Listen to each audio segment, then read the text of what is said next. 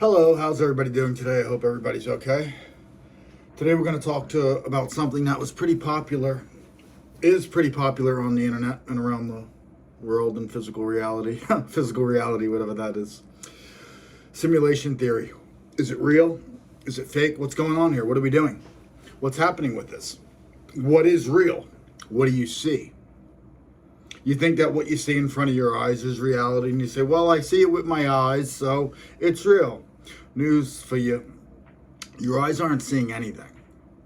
Your eyes are simply gathering data, light, coming into your eyes, optic nerve, into the brain. The brain is actually distinguishing what's being seen, and your visualization and your screen is in your inner eye, in your brain, what you see. So your eyes is actually nothing in front of you.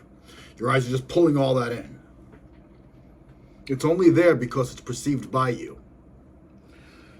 So when it comes to simulation theory, what's real, what's not, we look, initially it was brought up about 20 years ago by a scientist, theoretical physicist, I believe, named Nick Bostrom. Came up with the initial idea where he questioned the reality of reality. He said that we might actually be living in what's known as an ancestor simulation, where a civilization became so advanced that they were able to come up with a computer program like a gaming system has that became indistinguishable from reality after many iterations, and it advanced to a point where you cannot distinguish it. Also, we have Elon Musk. He said that our chances that we're living in the base reality or the original reality that would create the simulation eventually, possibly, is 1,000,000,000 to 1, because it would just not be statistically likely that we are that base reality. The cons of it, and the people that say that we're not in a simulation, will say that it would take so much computer power that we would not be able to generate everything all the time at once to make it feasible and plausible. But what they don't take into consideration is the fact that even in our video games and our different iterations of technology, we don't have to produce everything at once. When you look in a first-person game, for example, you see what's in front of you. You hear what's in front of you. You hear a little bit about what's around you and in back of you, but that's it. It's only what's directly in front of you is what you're seeing in that game. And the simulation theory says that in reality, that's what's going on here. We're only seeing what's directly in front of us. It is a very real possibility. And some people want to say that, oh, maybe that's just crazy and that's probably not true. But there's a very real likelihood that it is. Because you look around you, who knows? You think everything's real, but it could just all be fake. It could all just be a computer-generated simulation. Now, I don't know. Now, let's examine some of the different things that we came up with recently. Elon Musk is a very, very intelligent person. I mean, he started his own space program. He was the first successful car manufacturer in the United States since Chrysler in like 1920. He's currently working on the Neuralink system that might allow interactive communication between a person's brain and a possible synthetic limb for disabled individuals and amputees. He's working on that. So the guy's not stupid. He's probably one of the most revolutionary people that we have. And he is the most revolutionary person living today. I'll go on record as saying that. If you disagree with me, you just haven't looked at his accomplishments. And you can take all the political BS out of it because no one's going to be remembered for that.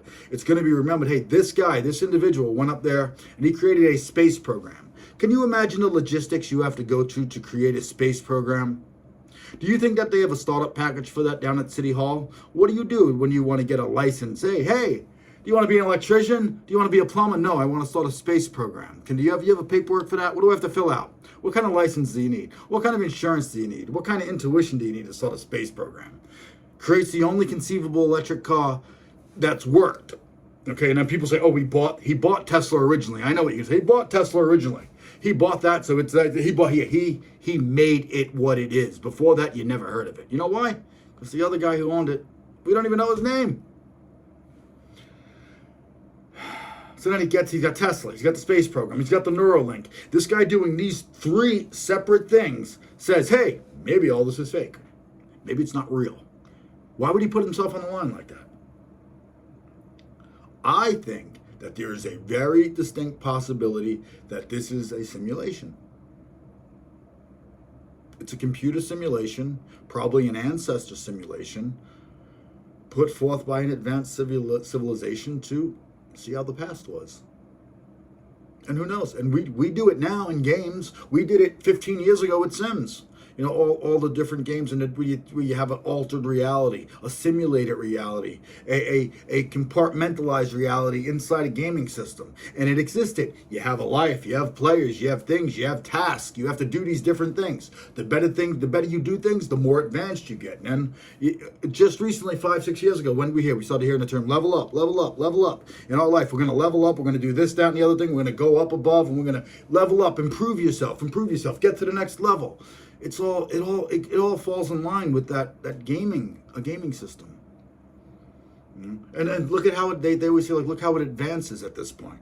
How technology advances incrementally and exponentially every 6 months, 10 months, whatever it is. And I know sometimes they say the technology slows down, but then all of a sudden it just picks right up again. And now with the advent of AI, artificial intelligence, and what we can do with Chat GPT and stuff like that, there's a very, very likely scenario that in the future, we could see this happening in 100 years easily, that we could start doing this. And therefore, it's plausible that another civilization already has done that. And here we are. So is it real and is it fake? It's probably a little bit of both. And it probably depends on your perception. And sometimes it can be so fake that you can't even tell. It's so fake, it's real. It's so fake, it's real. And then you can get into coincidences. And things happen. Projecting stuff into the reality. But laws of attraction. Some people say there are no laws of attraction. That's up for debate. Some people certainly can attract wealth, prosperity into their life. I also see that they can attract negative things into their lives. It happens all the time. Like you give what you get, you reap what you sow. So, in conclusion, is it a simulation? Quite possibly. I see a lot of fake people running around. I see a lot of NPCs.